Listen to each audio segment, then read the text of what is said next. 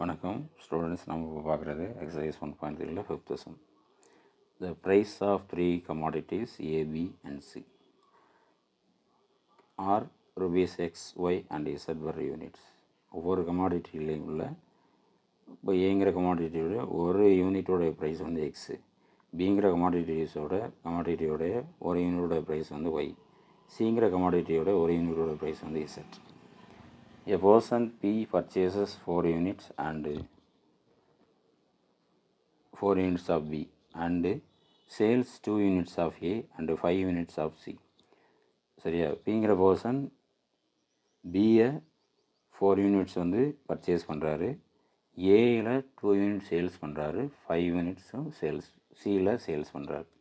Person Q அப்படிங்கிறவர் 2 units of சியில் வந்து 2 யூனிட்ஸ் பர்ச்சேஸ் பண்ணுறாரு, ஏயில் 3 யூனிட்டும் பியில் ஒரு யூனிட்டும் சேல்ஸ் பண்ணுறாரு. The person R purchases 1 unit.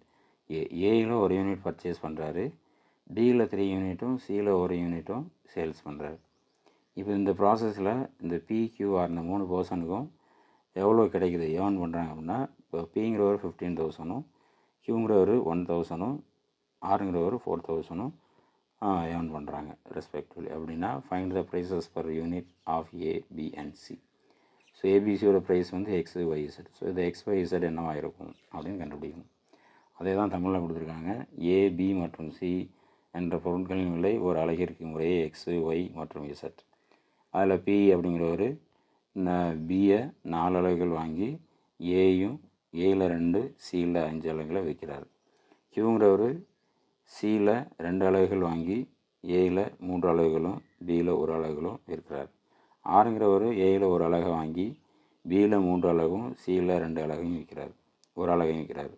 இந்த வணிகத்தில் அவங்களுக்கு எவ்வளோ கிடைக்கிது அப்படின்னு பார்த்தீங்கன்னா, இப்போ பிங்கிறவருக்கு 15,000, கியூங்கிறவருக்கு 1,000, ஆறுங்கிறவருக்கு 4,000 கிடைக்கிது. அப்படின்னா ஏபிசிங்கிற இந்த பொருளோட ஒவ்வொரு யூனிட்டோடைய ஒவ்வொரு அலகோடைய ப்ரைஸ் எவ்வளவு, விலை எவ்வளவு அப்படின்னு கேட்குறாங்க.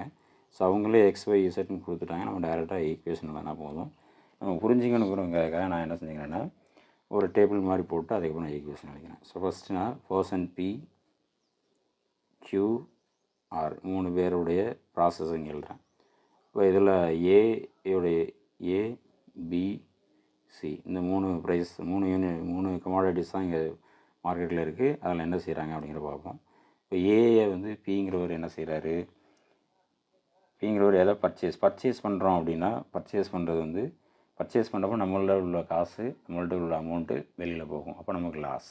அப்போ பர்ச்சேஸ் அப்படிங்கிறத நெகட்டிவாக எடுத்துக்கணும். சேல்ஸ் பண்ணுறப்போ நமக்கு என்ன கிடைக்கும், அமௌண்ட்டு கிடைக்கும். ஸோ அமௌண்ட்டு நமக்கு வரும். ஸோ அப்போ ப்ளஸ்ஸு. ஸோ பர்ச்சேஸ் பண்ணுறப்போ நம்மள்ட்ட உள்ள அமௌண்ட்டு வெளில போகிறதுனால மைனஸு, சேல்ஸ் பண்ணுறப்போ அமௌண்ட் நமக்கு வரும். ஸோ அதனால் நமக்கு அது ப்ளஸ்ஸு. சரிங்களா?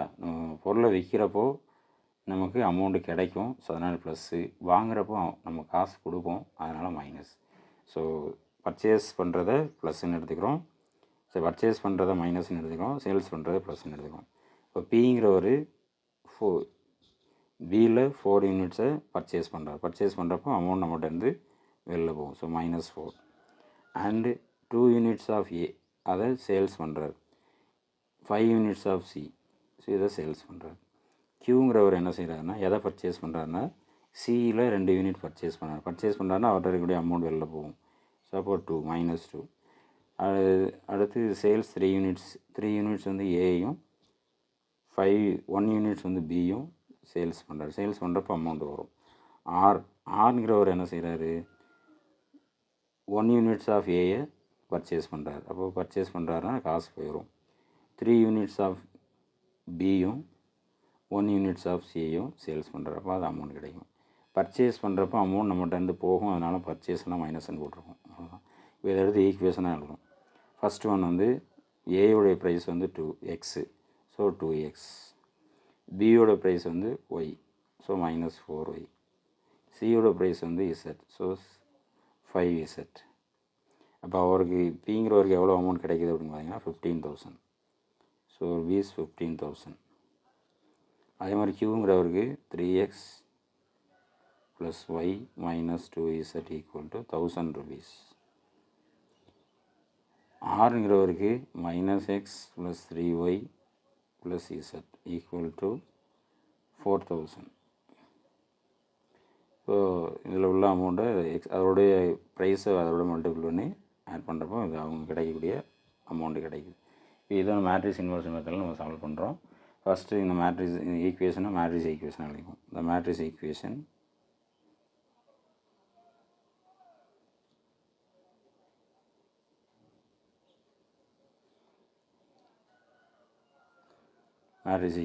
ஃபஸ்ட்டு கோஎஃபிஷியன்ட்ஸ் எடுத்துக்கணும். 2 -4 5 3 1 -2 -1 3 1.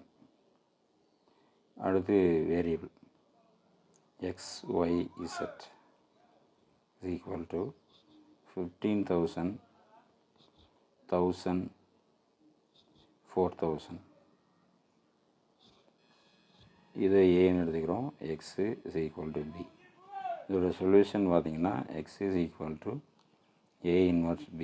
இதை யூஸ் பண்ணணும் அப்படின்னா டிடர்மினன்ட் ஆஃப் a வந்து நாட் ஈக்குவல் டு 0 இருக்கணும்.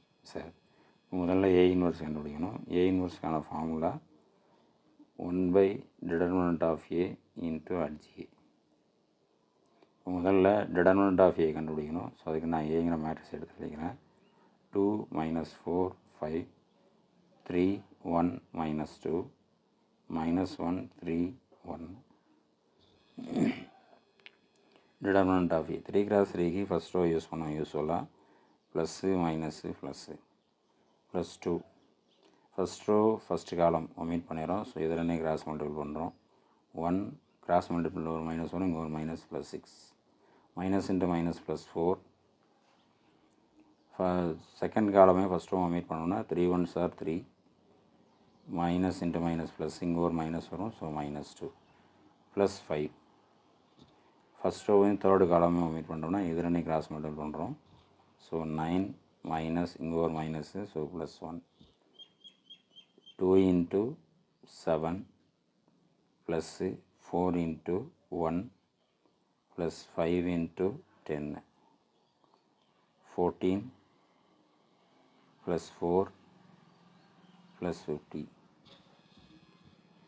So determinant of a is equal to 1868. So not equal to 0. அடுத்து HGA. So HGA is equal to 3 × 3க்கு shortcut use பண்ணுவோம். HGAக்கு என்ன செய்வோம்னா கிவன் மேட்ரிக்ஸை ஒன் டைம் எழுதிக்கிறேன். 2 -4 5 3 1 -2 -1 3 1. ஸோ ஃபஸ்ட் ரெண்டு காலமாக ரிப்பீட் பண்ணுறேன். -4 1 3. ஃபஸ்ட்டு ரெண்டு ரோவை நான் ரிப்பீட் பண்ணுறேன். 3 1 -2 3 1 எழுதிட்டு ஃபஸ்ட்டு காலமையும் ஃபஸ்ட் ரோவையும் ஒமிட் பண்ணுறோம். இது ரெண்டையும் கிராஸ் மல்டிபிள் பண்ணி எழுதுறோம். 1 1s are 1 கிராஸ் மல்டிபிள் ஒரு மைனஸ் வரும். அங்கே ஒரு minus +6 2 3 -3 3 3s are 9 cross multiple ஒரு மைனஸ் இங்கே ஒரு minus. So +1 3 5s are 15 minus இங்கே ஒரு minus. So +4 1 2s are 2 cross multiple ஒரு மைனஸ் வரும். So +5 4 -6 2 4s are 8 1 5s are 5 3 5s are 15 +4 1 2s are 2 +12 the whole transpose. இந்த டிரான்ஸ்போஸ் நிறைய students மறந்துடுங்க. ஸோ கவனமாக செய்யணும். 7 -1 10. So 19 7 -2 3 19 14 the whole transpose. So இதை டிரான்ஸ்போஸ் பண்ணிக்கிறேன்.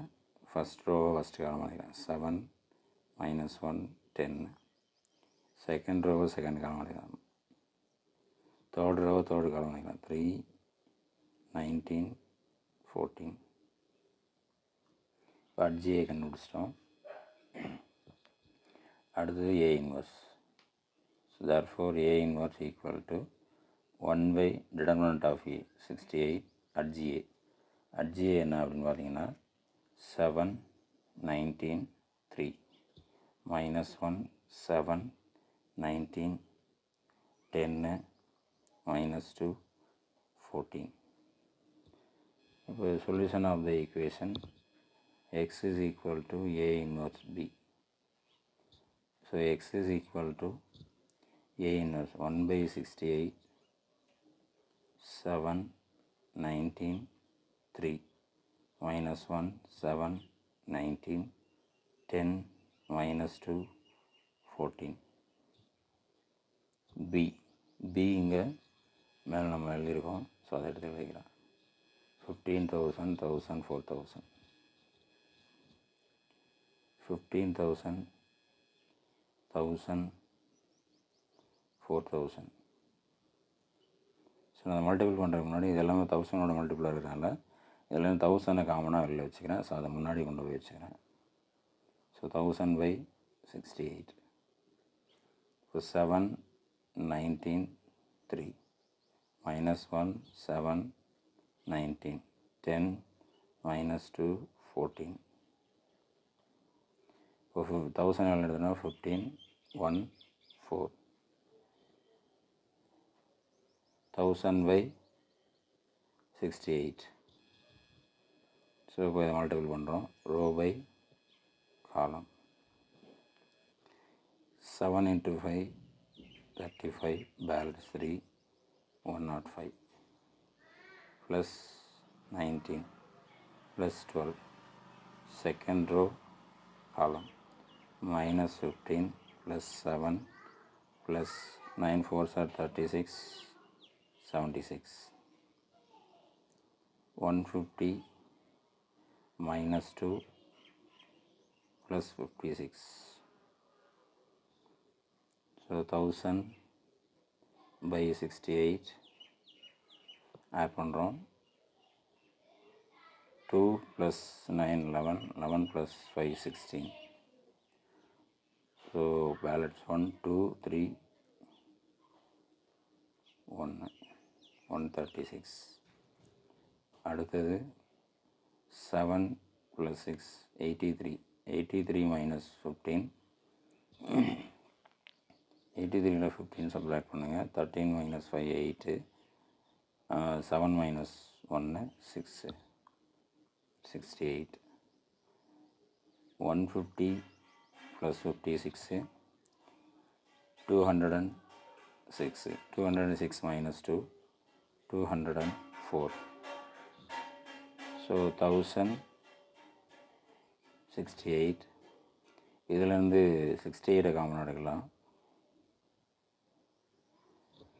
68 268 சார் 136 168 சார் 68 368 சார் 204.